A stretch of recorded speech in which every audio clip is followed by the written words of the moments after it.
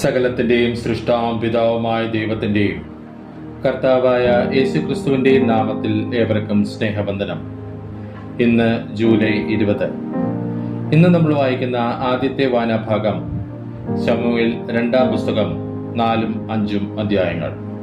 ശമൂവേൽ 2-ാം പുസ്തകം 4-ാം അധ്യായം 1-ാം വാക്യം മുതൽ. അബ്നേർ ഹെബ്രോനിൽ വെച്ച് മരിച്ചുപോയത് ശൗലിന്റെ മകൻ കേട്ടപ്പോൾ അവന്റെ ധൈര്യം ക്ഷയിച്ച് ഇസ്രായേലിനൊക്കെയും ഭ്രമിച്ചുപോയി. എന്നാൽ ശൗലിന്റെ മകന് പടനായകന്മാരായ 2 പുരുഷന്മാരുണ്ടായിരുന്നു. ഒരുത്തന് ബാന എന്നും മറ്റവന് രേഖാബ് എന്നും പേർ. അവർ ബെന്യാമിനിൽ ബെരോത്യനായ റിമ്മോന്റെ പുത്രന്മാർ ആയിരുന്നു. ബെരോത്ത് ബെന്യാമിനിൽ ഉൾപ്പെട്ടവനായി വിചാരിച്ചു വരുന്നു. ബെരോത്യർ ഗിദ്ദീമിലേക്ക് ഓടിപ്പോയി ഇന്നുവരെയും അവിടെ പരദേശികളായി പാർക്കുന്നു. ശൗലിന്റെ മകനായ യോനാഥാന് 2 കാലം മുടന്തായിട്ട് ഒരു മകനുണ്ടായിരുന്നു. ഇസ്രായേലിൽ നിന്ന് ശൗലിന്റെയും യോനാഥാന്റെയും വർത്തമാനം എത്തിയ സമയം അവന് 5 വയസ്സായിരുന്നു. അപ്പോൾ അവന്റെ ധാത്രി അവനെ എടുത്തുകൊണ്ട് ഓടി. അവൾ ബന്ധപ്പെട്ട് ഓടുമ്പോൾ അവൻ വീണ് മുടന്തനായിപ്പോയി. അവന് മെഫീബോശേത്ത് എന്നു പേർ. ബെരോത്യൻ റിമ്മോന്റെ പുത്രന്മാരായ രേഖാബും ബാനയും വെയിൽ മൂത്തപ്പോഴേക്ക് ഈശ്ബോശേത്തിന്റെ വീട്ടിൽ ചെന്നെത്തി. അവൻ ഉച്ച സമയത്ത് ആശ്വസിച്ചു കിടക്കുകയായിരുന്നു. അവർ ഗോതമ്പെടുപ്പാൻ വരുന്ന ഭാവത്തിൽ വീട്ടിന്റെ നടുവിൽ കടന്ന് അവനെ വയറ്റത്ത് കുത്തി രേഖാബും സഹോദരനായ ബാനയും ഓടിപ്പോയി കളഞ്ഞു. അവർ അകത്ത് കടന്നപ്പോൾ അവൻ ശയനഗ്രഹത്തിൽ കട്ടിന്മേൽ കിടക്കുകയായിരുന്നു. ഇങ്ങനെ അവർ അവനെ കുത്തിക്കൊന്ന് തല വെട്ടിക്കളഞ്ഞ് തലയും എടുത്ത് രാത്രി മുഴുവനും അരാബയിൽ കൂടി നടന്ന് ഹെബ്രോനിൽ ദാവീദിന്റെ അടുക്കൽ ഈശ്ബോശേത്തിന്റെ തല കൊണ്ടുവന്ന് രാജാവിനോട്, നിനക്ക് പ്രാണഹാനി വരുത്തുവാൻ നോക്കിയ നിന്റെ ശത്രുവായ ശൗലിന്റെ മകൻ ഈശ്ബോശേത്തിന്റെ തല ഇതാ. ഇന്ന് യജമാനനായ രാജാവിനു വേണ്ടി ശൗലിനോടും അവന്റെ സന്തതിയോടും യഹോവ പ്രതികാരം ചെയ്തിരിക്കുന്നു എന്ന് പറഞ്ഞു. എന്നാറെ ദാവീദ് ബെരോത്യനായ റിമ്മോന്റെ പുത്രന്മാരായ രേഖാബിനോടും അവന്റെ സഹോദരൻ ബാനയോടും ഉത്തരം പറഞ്ഞത്, എന്റെ പ്രാണനെ സകല ആപത്തിൽ നിന്നും വീണ്ടെടുത്ത യഹോവയാണ്. ശൗൽ മരിച്ചുപോയി എന്ന് ഒരുത്തൻ എന്നെ അറിയിച്ച് താൻ ശുഭവർത്തമാനം കൊണ്ടുവന്നു എന്ന് വിചാരിച്ചിരിക്കുമ്പോൾ ഞാൻ അവനെ പിടിച്ച് സിക്ലാഗിൽ വെച്ച് കൊന്നു. ഇതായിരുന്നു ഞാൻ അവന്റെ വർത്തമാനത്തിന് വേണ്ടി അവന് കൊടുത്ത പ്രതിഫലം. എന്നാൽ ദുഷ്ടന്മാർ ഒരു നീതിമാനെ അവന്റെ വീട്ടിൽ മെത്തയിൽ വെച്ച് കൊല ചെയ്ത എത്രയധികം. ഞാൻ അവന്റെ രക്തം നിങ്ങളോട് ചോദിച്ച് നിങ്ങളെ ഭൂമിയിൽ നിന്ന് ഛേദിച്ചു കളയാതിരിക്കുമോ? പിന്നെ ദാവീദ് തന്റെ ബാല്യക്കാർക്ക് കൽപ്പന കൊടുത്തു. അവർ അവരെ കൊന്ന് അവരുടെ കൈകാലുകൾ വെട്ടി അവരെ ഹെബ്രോനിലെ കുളത്തിനരികെ തൂക്കിക്കളഞ്ഞു. ഈശ്ബോശേത്തിന്റെ തല അവരെടുത്ത് ഹെബ്രോനിൽ അബ്നേരിന്റെ ശവക്കുഴിയിൽ അടക്കം ചെയ്തു. ശമൂവേൽ 2-ാം പുസ്തകം 5-ാം അധ്യായം 1-ാം വാക്യം മുതൽ. അനന്തരം ഇസ്രായേൽ ഗോത്രങ്ങളൊക്കെയും ഹെബ്രോനിൽ ദാവീദിന്റെ അടുക്കൽ വന്നു. ഞങ്ങൾ നിന്റെ അസ്ഥിയും മാംസവും ആകുന്നുവല്ലോ. മുമ്പ് ശൗൽ ഞങ്ങളുടെ രാജാവായിരുന്നപ്പോഴും നായകനായി ഇസ്രായേലിനെ നടത്തിയത് നീയായിരുന്നു. നീ എന്റെ ജനമായ ഇസ്രായേലിനെ മേയ്ക്കുകയും ഇസ്രായേലിന് പ്രഭുവായിരിക്കുകയും ചെയ്യുമെന്ന് യഹോവ നിന്നോട് അരുളി ചെയ്തിട്ടുമുണ്ട് എന്ന് പറഞ്ഞു. ഇങ്ങനെ ഇസ്രായേൽ മൂപ്പന്മാരൊക്കെയും ഹെബ്രോനിൽ രാജാവിന്റെ അടുക്കൽ വന്നു. ദാവീദ് രാജാവ് ഹെബ്രോനിൽ വെച്ച് യഹോവയുടെ സന്നിധിയിൽ അവരോട് ഉടമ്പടി ചെയ്തു. അവർ ദാവീദിനെ ഇസ്രായേലിന് രാജാവായിട്ട് അഭിഷേകം ചെയ്തു. ദാവീദ് വാഴ്ച തുടങ്ങിയപ്പോൾ അവന് 30 വയസ്സായിരുന്നു. അവൻ 40 സംവത്സരം വാണു. അവൻ ഹെബ്രോനിൽ യഹൂദയ്ക്ക് 7 സംവത്സരവും 6 മാസവും യെരുശലേമിൽ എല്ലാ ഇസ്രായേലിനും യഹൂദയ്ക്കും 33 സംവത്സരവും രാജാവായി വാണു. രാജാവും അവന്റെ ആളുകളും യെരുശലേമിലേക്ക് ആ ദേശത്തെ നിവാസികളായ യെബൂസ്യരുടെ നേരെ പുറപ്പെട്ടു. ദാവീദിന് അവിടെ കടപ്പാൻ കഴിയുകയില്ലെന്ന് വെച്ച് അവർ ദാവീദിനോട്, നീ ഇവിടെ കടക്കയില്ല, നിന്നെ തടുപ്പാൻ കുരുടരും മുടന്തരും മതി എന്ന് പറഞ്ഞു. എന്നിട്ടും ദാവീദ് സിയോൻ കോട്ട പിടിച്ചു. അത് തന്നെ ദാവീദിന്റെ നഗരം. അന്ന് ദാവീദ് ആരെങ്കിലും യെബൂസ്യരെ തോൽപ്പിച്ചാൽ അവൻ നീർപ്പാത്തിൽ കൂടി കയറി ദാവീദിന് വെറുപ്പായുള്ള മുടന്തരെയും കുരുടരെയും പിടിക്കട്ടെ എന്ന് പറഞ്ഞു. അതുകൊണ്ട് കുരുടരും മുടന്തരും വീട്ടിൽ വരരുത് എന്നൊരു ചൊല്ല് നടപ്പായി. ദാവീദ് കോട്ടയിൽ വസിച്ചു. അതിന് ദാവീദിന്റെ നഗരം എന്ന പേരിട്ടു. ദാവീദ് അതിനെ വില്ലോ തുടങ്ങി ചുറ്റിലും ഉള്ളിലോട്ടും പണിതുറപ്പിച്ചു. സൈന്യങ്ങളുടെ ദൈവമായ യഹോവ തന്നോട് കൂടെ ഉണ്ടായിരുന്നത് കൊണ്ട് ദാവീദ് മേൽക്കുമേൽ പ്രബലനായി തീർന്നു. സോർ രാജാവായ ഹീരാം ദാവീദിന്റെ അടുക്കൽ ദൂതന്മാരെയും ദേവദാരുക്കളെയും ആശാരികളെയും കൽപ്പണിക്കാരെയും അയച്ചു. അവർ ദാവീദിന് ഒരു അരമന പണിതു. ഇങ്ങനെ യഹോവ ഇസ്രായേലിൽ തന്നെ രാജാവായി സ്ഥിരപ്പെടുത്തുകയും അവന്റെ ജനമായ ഇസ്രായേൽ നിമിത്തം തന്റെ രാജ്യത്വം ഉന്നതമാക്കുകയും ചെയ്തു എന്ന് ദാവീദ് അറിഞ്ഞു. ഹെബ്രോനിൽ നിന്ന് വന്ന ശേഷം ദാവീദ് യെരുശലേമിൽ വെച്ച് അധികം വെപ്പാട്ടികളെയും ഭാര്യമാരെയും പരിഗ്രഹിച്ചു. ദാവീദിന് പിന്നെയും പുത്രന്മാരും പുത്രിമാരും ജനിച്ചു. യെരുശലേമിൽ വെച്ച് അവന് ജനിച്ചവരുടെ പേരുകളാവിത്: ശമ്മൂവ, ശോബാബ്, നാഥാൻ, ശലോമോൻ, ഇബ്ഹാർ, എലീശുവ, നേഫക്, യാഫിയ, എലീശാമ, എല്യാദാവ്, എലീഫേലെത്ത്. എന്നാൽ ദാവീദിനെ ഇസ്രായേലിന്റെ രാജാവായി അഭിഷേകം ചെയ്തു എന്ന് ഫെലിസ്തർ കേട്ടപ്പോൾ ഫെലിസ്തരൊക്കെയും ദാവീദിനെ പിടിപ്പാൻ വന്നു. ദാവീദ് അത് കേട്ടിട്ട് ദുർഗത്തിൽ കടന്നു പാർത്തു.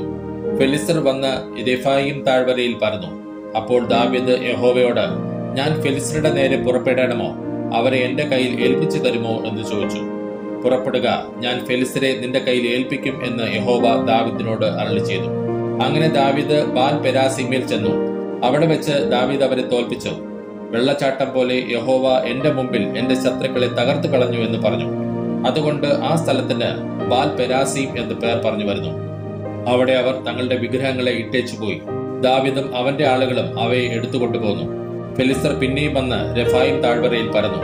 ദാവീദ് യഹോവയോട് ചോദിച്ചപ്പോൾ, നീ നേരെ ചെല്ലാതെ അവരുടെ പിൻപുറത്തു കൂടെ വളഞ്ഞു ചെന്ന് ബാഖാവൃക്ഷങ്ങൾക്ക് എതിരെ വെച്ച് അവരെ നേരിടുക. ബാഖാവൃക്ഷങ്ങളുടെ അഗ്രങ്ങളിൽ കൂടി അണി നടക്കുന്ന ഒച്ച പോലെ കേൾക്കും. അപ്പോൾ വേഗത്തിൽ ചെല്ലുക.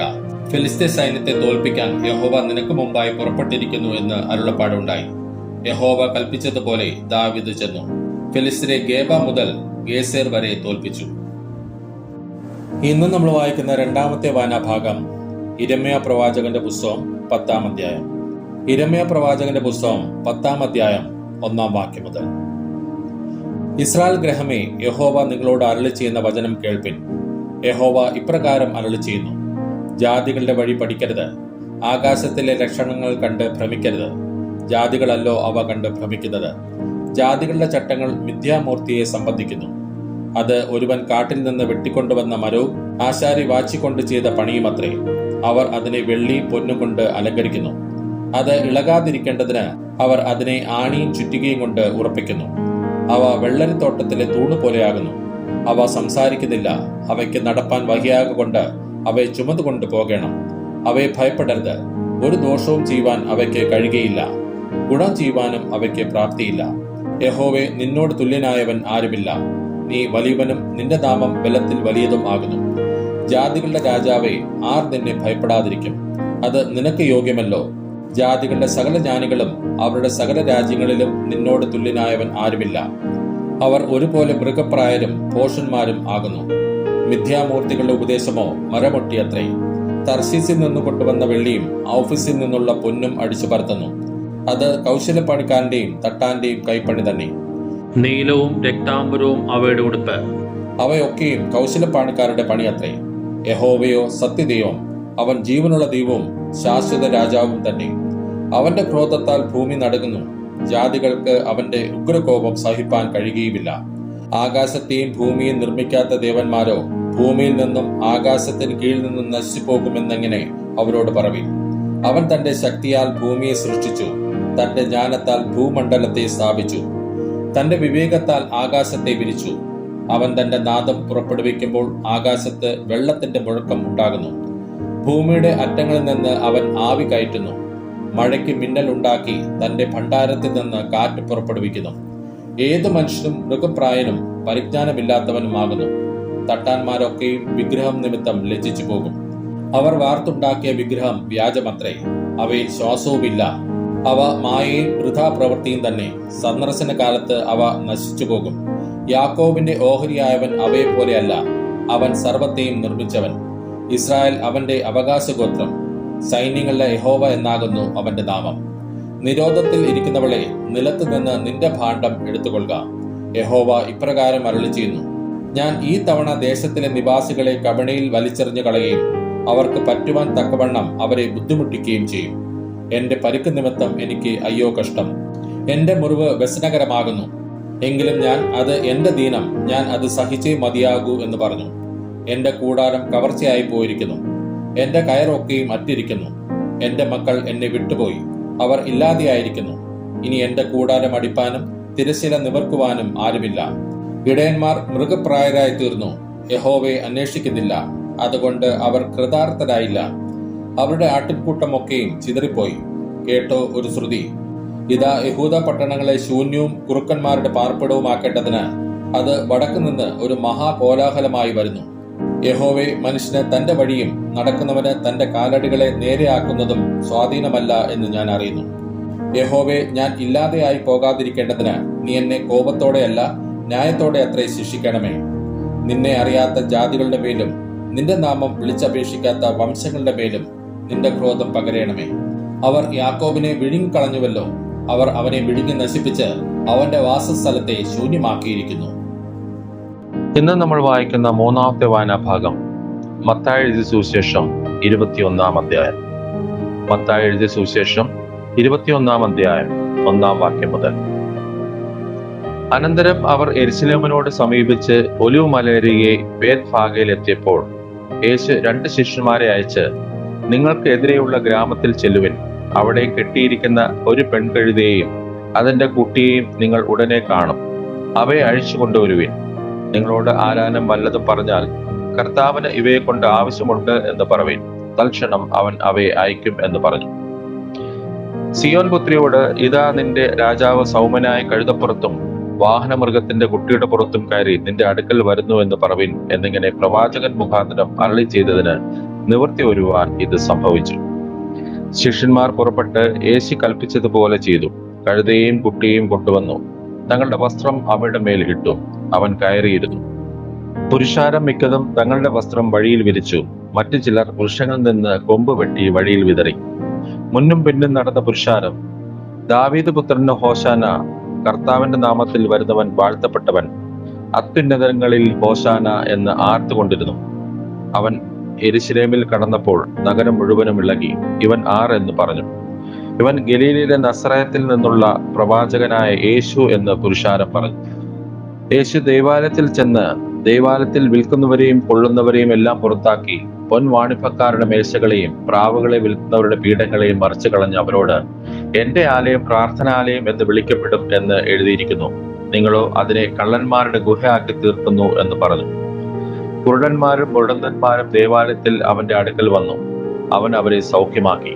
എന്നാൽ മഹാപുരോഹിതന്മാരും ശാസ്ത്രിമാരും അവൻ ചെയ്ത അത്ഭുതങ്ങളെയും ദാവീദ് പുത്രന് ഹോശാന എന്ന ദേവാലയത്തിൽ ആർക്കുന്ന ബാലന്മാരെയും കണ്ടിട്ട് നീരസപ്പെട്ടു. ഇവർ പറയുന്നത് കേൾക്കുന്നുവോ എന്ന് അവനോട് ചോദിച്ചു. യേശു അവരോട്, ഉവ്വ്, ശിശുക്കളുടെയും മുല കുടിക്കുന്നവരുടെയും വായിൽ നിന്ന് നീ പുകഴ്ച ഒരുക്കിയിരിക്കുന്നു എന്നുള്ളത് നിങ്ങൾ ഒരിക്കലും വായിച്ചിട്ടില്ലയോ എന്ന് ചോദിച്ചു. പിന്നെ അവരെ വിട്ട് നഗരത്തിൽ നിന്ന് പുറപ്പെട്ട് ബെഥാനിയിൽ ചെന്ന് അവിടെ രാത്രി പാർത്തു. രാവിലെ അവൻ നഗരത്തിലേക്ക് മടങ്ങിപ്പോകുന്ന സമയം വിശന്നിട്ട് വഴിയരികെ ഒരു അത്തിവൃക്ഷം കണ്ട് അടുക്കെ ചെന്നു. അതിൽ ഇലയല്ലാതെ ഒന്നും കാണായികയാൽ, ഇനി നിന്നിൽ നിന്ന് ഒരു നാളും ഫലമുണ്ടാകാതെ പോകട്ടെ എന്ന് അതിനോട് പറഞ്ഞു. ക്ഷണത്തിൽ അത്തി ഉണങ്ങിപ്പോയി. ശിഷ്യന്മാർ അത് കണ്ടാറെ, അത്തി ഇത്ര ക്ഷണത്തിൽ ഉണങ്ങിപ്പോയത് എങ്ങനെയെന്ന് പറഞ്ഞ് ആശ്ചര്യപ്പെട്ടു. അതിന് യേശു, നിങ്ങൾ സംശയിക്കാതെ വിശ്വാസമുള്ളവരായാൽ ഈ അത്തിയോട് ചെയ്തത് നിങ്ങളും ചെയ്യും. എന്ന് മാത്രമല്ല, ഈ മലയോട് നീങ്ങി കടലിലേക്ക് ചാടിപ്പോക എന്ന് പറഞ്ഞാൽ അതും സംഭവിക്കും എന്ന് ഞാൻ സത്യമായിട്ട് നിങ്ങളോട് പറയുന്നു. നിങ്ങൾ വിശ്വസിച്ചുകൊണ്ട് പ്രാർത്ഥനയിൽ എന്ത് യാചിച്ചാലും നിങ്ങൾക്ക് ലഭിക്കും എന്ന് ഉത്തരം പറഞ്ഞു. അവൻ ദേവാലയത്തിൽ ചെന്ന് ഉപദേശിക്കുമ്പോൾ മഹാപുരോഹിതന്മാരും ജനത്തിന്റെ മൂപ്പന്മാരും അവന്റെ അടുക്കൽ വന്ന്, നീ എന്ത് അധികാരം കൊണ്ട് ഇത് ചെയ്യുന്നു? ഈ അധികാരം നിനക്ക് തന്നത് ആർ എന്ന് ചോദിച്ചു. യേശു അവരോട് ഉത്തരം പറഞ്ഞത്, ഞാനും നിങ്ങളോട് ഒരു വാക്ക് ചോദിക്കും. അത് നിങ്ങൾ എന്നോട് പറഞ്ഞാൽ എന്ത് അധികാരം കൊണ്ട് ഞാൻ ഇത് ചെയ്യുന്നു എന്നുള്ളത് ഞാനും നിങ്ങളോട് പറയും. യോഹന്നാന്റെ സ്നാനം എവിടെ നിന്ന്? സ്വർഗത്തിൽ നിന്നോ മനുഷ്യരിൽ നിന്നോ? അവർ തമ്മിൽ ആലോചിച്ചു. സ്വർഗത്തിൽ നിന്ന് എന്ന് പറഞ്ഞാൽ പിന്നെ നിങ്ങൾ അവനെ വിശ്വസിക്കാഞ്ഞത് എന്ത് എന്ന് അവൻ നമ്മോട് ചോദിക്കുന്നു. മനുഷ്യരിൽ നിന്ന് എന്ന് പറഞ്ഞാലോ നാം പുരുഷാരത്തെ ഭയപ്പെടുന്നു. എല്ലാവരും യോഹന്നാനെ പ്രവാചകൻ എന്നല്ലോ എണ്ണുന്നത് എന്ന് പറഞ്ഞു. അങ്ങനെ അവർ യേശുവിനോട്, ഞങ്ങൾക്ക് അറിഞ്ഞുകൂടാ എന്ന് ഉത്തരം പറഞ്ഞു.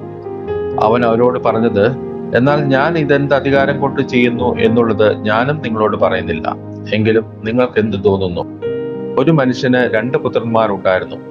അവൻ ഒന്നാമത്തവന്റെ അടുക്കൽ ചെന്ന്, മകനെ, ഇന്ന് എന്റെ മുന്തിരിത്തോട്ടത്തിൽ പോയി വേല ചെയ്യുക എന്ന് പറഞ്ഞു. എനിക്ക് മനസ്സില്ല എന്ന് അവൻ ഉത്തരം പറഞ്ഞു. എങ്കിലും പിന്നത്തേതിൽ അനുതപിച്ച് അവൻ പോയി. രണ്ടാമത്തവന്റെ അടുക്കൽ അവൻ ചെന്ന് അങ്ങനെ തന്നെ പറഞ്ഞപ്പോൾ, ഞാൻ പോകാം അപ്പ എന്ന് അവൻ ഉത്തരം പറഞ്ഞു. പോയില്ല താനും. ഈ 2 പേരിൽ ആരാകുന്നു അപ്പന്റെ ഇഷ്ടം ചെയ്തത്? ഒന്നാമത്തവൻ എന്ന് അവർ പറഞ്ഞു. യേശു അവരോട് പറഞ്ഞത്, ചുങ്കക്കാരും വേശ്യമാരും നിങ്ങൾക്ക് മുമ്പായി ദൈവരാജ്യത്തിൽ കടക്കുന്നു എന്ന് സത്യമായിട്ട് ഞാൻ നിങ്ങളോട് പറയുന്നു. യോഹന്നാൻ നീതിമാർഗം ഉപദേശിച്ചുകൊണ്ട് നിങ്ങളുടെ അടുക്കൽ വന്നു, നിങ്ങൾ അവനെ വിശ്വസിച്ചില്ല. എന്നാൽ ചുങ്കക്കാരും വേശ്യമാരും അവനെ വിശ്വസിച്ചു. അത് കണ്ടിട്ടും നിങ്ങൾ അവനെ വിശ്വസിപ്പാൻ തക്കവണ്ണം പിന്നത്തേതിൽ അനുതപിച്ചില്ല. മറ്റൊരു ഉപമ കേൾപ്പിൻ. ഗൃഹസ്ഥനായ ഒരു മനുഷ്യൻ ഒരു മുന്തിരിത്തോട്ടം നട്ടുണ്ടാക്കി, അതിന് വേലി കെട്ടി, അതിൽ ചക്ക് കുഴിച്ച് ഗോപുരവും പണിതു. പിന്നെ കുടിയാന്മാരെ പാട്ടത്തിന് ഏൽപ്പിച്ചിട്ട് പരദേശത്ത് പോയി. പല കാലം സമീപിച്ചപ്പോൾ തനിക്കുള്ള അനുഭവം വാങ്ങേണ്ടതിന് അവൻ ദാസന്മാരെ കുടിയാന്മാരുടെ അടുക്കൽ അയച്ചു. കുടിയാന്മാരോ അവന്റെ ദാസന്മാരെ പിടിച്ച് ഒരുവനെ തല്ലി, ഒരുവനെ കൊന്നു, മറ്റൊരുവനെ കല്ലെറിഞ്ഞു. അവൻ പിന്നെയും മുമ്പിലത്തേതിലും അധികം ദാസന്മാരെ അയച്ചു. അവരോടും അവർ അങ്ങനെ തന്നെ ചെയ്തു. ഒടുവിൽ അവൻ, എന്റെ മകനെ അവർ ശങ്കിക്കുമെന്ന് പറഞ്ഞ് മകനെ അവരുടെ അടുക്കൽ അയച്ചു. മകനെ കണ്ടിട്ട് കുടിയാന്മാർ, ഇവൻ അവകാശി, വരുവിൻ, നാം അവനെ കൊന്ന് അവന്റെ അവകാശം കൈവശമാക്കുക എന്ന് തമ്മിൽ പറഞ്ഞു. അവനെ പിടിച്ച് തോട്ടത്തിൽ നിന്ന് പുറത്താക്കി കൊന്നുകളഞ്ഞു. ആകയാൽ മുന്തിരിത്തോട്ടത്തിന്റെ ഉടയവൻ വരുമ്പോൾ ആ കുടിയാന്മാരോട് എന്ത് ചെയ്യും? അവൻ ആ വല്ലാത്തവരെ വല്ലാതെ നിഗ്രഹിച്ച് തക്ക സമയത്ത് അനുഭവം കൊടുക്കുന്ന വേറെ കുടിയാന്മാർക്ക് തോട്ടം ഏൽപ്പിക്കും എന്ന് അവർ അവനോട് പറഞ്ഞു. യേശു അവരോട്, വീട് പണിയുന്നവർ തള്ളിക്കളഞ്ഞ കല്ല് മൂലക്കല്ലായി തീർന്നിരിക്കുന്നു. ഇത് കർത്താവിനാൽ സംഭവിച്ചു, നമ്മുടെ ദൃഷ്ടിയിൽ ആശ്ചര്യമായിരിക്കുന്നു എന്ന് നിങ്ങൾ തിരുവെഴുത്തുകളിൽ ഒരിക്കലും വായിച്ചിട്ടില്ലയോ? അതുകൊണ്ട് ദൈവരാജ്യം നിങ്ങളുടെ പക്കൽ നിന്നെടുത്ത് അതിന്റെ ഫലം കൊടുക്കുന്ന ജാതിക്ക് കൊടുക്കും എന്ന് ഞാൻ നിങ്ങളോട് പറയുന്നു. ഈ കല്ലിന്മേൽ വീഴുന്നവൻ തകർന്നു പോകും, അത് ആരുടെ മേൽ എങ്കിലും വീണാൽ അവനെ ധൂളിപ്പിക്കും എന്ന് പറഞ്ഞു. അവന്റെ ഉപമകളെ മഹാപുരോഹിതന്മാരും പരീശന്മാരും കേട്ടിട്ട് തങ്ങളെ കൊണ്ട് പറയുന്നു എന്നറിഞ്ഞ് അവനെ പിടിപ്പാൻ അന്വേഷിച്ചു. എന്നാൽ പുരുഷാരം അവനെ പ്രവാചകൻ എന്ന് എണ്ണുക കൊണ്ട് അവരെ ഭയപ്പെട്ടു. ഇന്ന് നമ്മൾ വായിച്ചു കേട്ട ഈ വേദഭാഗങ്ങളാൽ പിതാവായ ദൈവത്തിൽ നിന്നും കർത്താവായ ക്രിസ്തു യേശുവിൽ നിന്നും ഏവർക്കും കൃപയും കനിവും സമാധാനവും ഉണ്ടാകട്ടെ. ആമേൻ.